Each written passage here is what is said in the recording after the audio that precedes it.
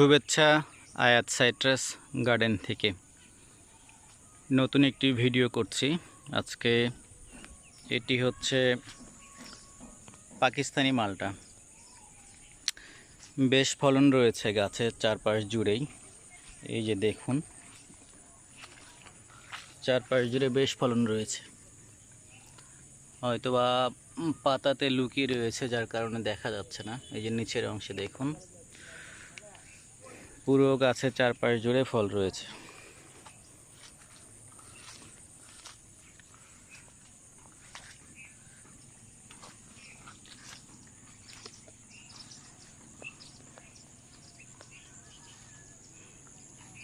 শেষ পর্যন্ত দেখতে হবে ফলের টেস্ট কেমন হচ্ছে, রস থাকছে কি না।